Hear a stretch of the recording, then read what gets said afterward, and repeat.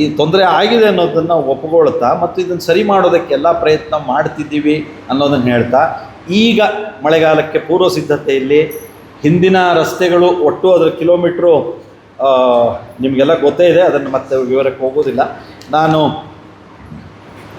ಉಳಿದ ರಸ್ತೆಗಳನ್ನು ಏನು ಮಾಡಬೇಕು ಅದು ಮೋಟ್ರೇಬಲ್ ಆಗಿರುವ ಹಾಗೆ ಮಾಡೋದಕ್ಕೂ ಸಹ ಸೂಚಿಸಿದ್ದೇನೆ. ಅಂದರೆ ಮೋಟ್ರೇಬಲ್ ಆಗಿರೋದು ಅಂದರೆ ಈ ಪಾಟೋಲು ಅದು ಇದು ಎಲ್ಲ ಆಗಿರೋದು ಇದೆಯಲ್ಲ, ಈಗ ಅಂದರೆ ಈ ರಸ್ತೆ ಅಗದೇ ಇರುವಂಥ ಉಳಿದ ಜಾಗ ಇದೆ, ಅದರೊಳಗೂ ಸಹ ಅದನ್ನು ಅಂದರೆ ಮೋಟ್ರೇಬಲ್ ಆಗಿ ಇಡಬೇಕು ಅನ್ನೋ ಸೂಚನೆಯನ್ನು ನಾವೆಲ್ಲರೂ ಕೊಟ್ಟಿದ್ದೇವೆ.